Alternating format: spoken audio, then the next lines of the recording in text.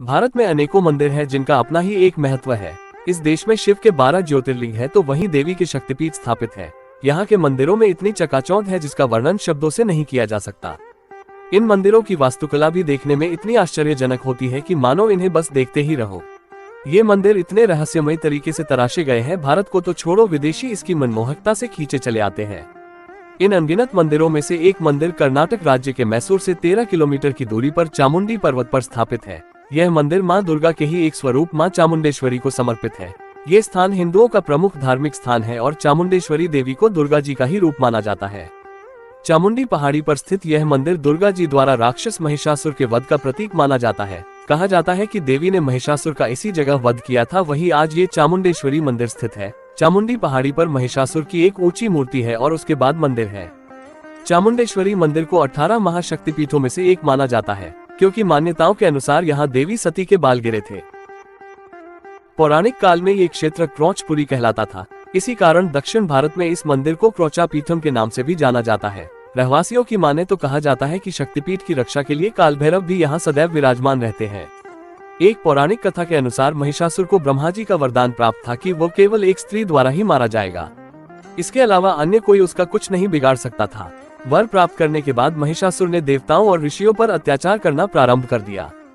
इससे दुखी देवताओं ने महिषासुर से छुटकारा पाने के लिए महाशक्ति भगवती की आराधना की। देवी भगवती ने देवताओं की प्रार्थना से प्रसन्न होकर उन्हें महिषासुर के अत्याचारों से मुक्ति दिलाने का आश्वासन दिया। इसके बाद देवी भगवती और महिषासुर के बीच भयंकर युद्ध हुआ। देवी ने सभी असुरी सेना का वध कर अंत में महिषासुर का मस्तक काट दिया।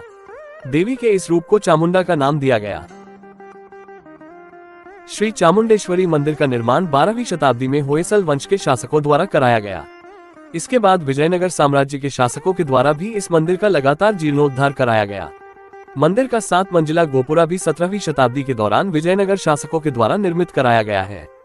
माता चामुंडेश्वरी यहाँ के महाराजाओं की कुलदेवी मानी जाती है। यही कारण है कि यहाँ के महाराजाओं ने मंदिर के लिए कई तरह के योगदान दिए हैं।